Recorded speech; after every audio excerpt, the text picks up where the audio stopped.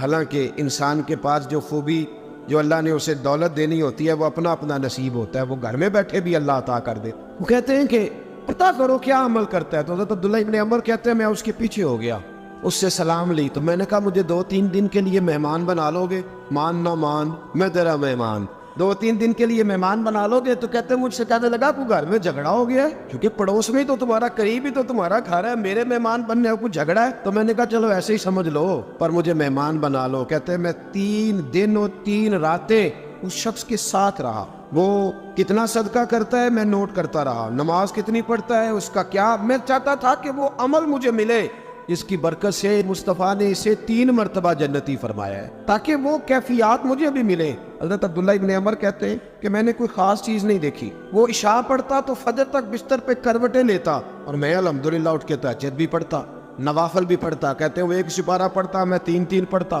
فرماتے اس نے 3 دنوں میں کھجور بھی صدقہ نہیں دی، کہ کھجور بھی، اور میں نے بڑے بڑے غریبوں کی مدد کی۔ میں کہنے لگا کہ عمل تو میرا زیادہ ہے اس سے، پھر خوبی کیا ہے؟ خاص توجہ کرنا، اسلام اور دین کا جو فکری اساس ہمیں صحابہ نے دی. حضرت عبداللہ ابن عمر کہتے ہیں میں نے تیسرے دن اسے کہا بھائی اللہ تیرا بھلا کرے، تو نے بڑی خدمت کی، میں نے جانا ہے میرا کوئی جھگڑا نہیں ہوا تھا، میں تو بس تیرا عمل دیکھنے آیا تھا کہ تو عمل کیا کرتا ہے. تو وہ صحابی کہتے ہیں مجھے کہنے لگے یار تو میرا عمل دیکھنے آیا تھا، مجھے بتا تو صحیح کیوں دیکھنے آیا میرا عمل؟ تجھے کیا ضرورت پڑی میری جاسوسی کی؟ تو کہتے ہیں مجھ سے جب اس نے سوال کیا تو میں نے اس کو کہا بھائی تو 3 دن آیا نا، ہم بیٹھے ہوئے تھے. کہا ہاں میں آتا رہا ہوں. کہا 3 دن نبی پاک نے فرمایا اللہ تجھے بغیر حساب کتاب جنت عطا فرمائے گا. تو میں چاہتا تھا کہ میں ذرا جاسوسی کروں، ذرا دیکھیں، کھوج لگاؤں کون سا ایسا عمل ہے. آپ بھی ذرا دھیان دیجئے گا، کون سا ایسا عمل ہے؟ حالانکہ تو عشاء پڑھتا ہے، اٹھ کے فجر پڑھتا ہے، میں تہجد بھی پڑھتا ہوں، تیرا سپارہ 1 ہے میرے 3 ہے، کون سا ایسا عمل ہے جس کے سبب تجھے جنت ملے گی؟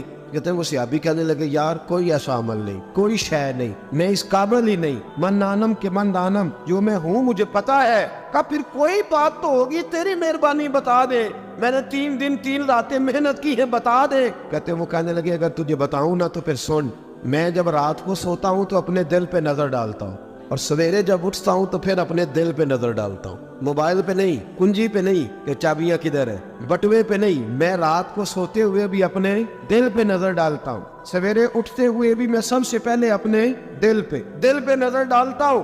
فرماتے ہیں الحمدللہ میرے دل میں کسی کا حسد نہیں ہے، کسی کے بارے میں کوئی کینہ نہیں، کوئی کسی کے بارے میں میل نہیں. میں اللہ کے ہر بندے کے بارے میں سوچ، نظریہ، فکر اچھی رکھتا ہوں. اور فرمایا میں تیرے بارے میں بھی عبداللہ یہی سوچتا ہوں کہ تو مجھ سے زیادہ نیک. الحمدللہ اس وقت بھی میرا ذہن یہ ہے کہ انس بن مالک مجھ سے زیادہ پرہیزگار ہے. اس وقت بھی میری سوچ یہ ہے کہ محبوب کے سب صحابہ میں سب سے کمزور میں ہی ہوں. نہ عبداللہ ابن عمر کہتے ہیں میں نے اس کا ہاتھ چوما، میں نے کہا سمجھ آ گئی ہے، تیرا نظریہ، تیری سوچ پکی اور سچی مسلمان ہے، تو دل اور روح کا مسلمان ہے، تو نظر اور روح کا مسلمان ہے. یہ سبب ہے کہ اللہ کے رسول نے زمین پر چلتے ہوئے بھی تجھے 3 دفعہ جنت کی بشارت عطا فرما دی.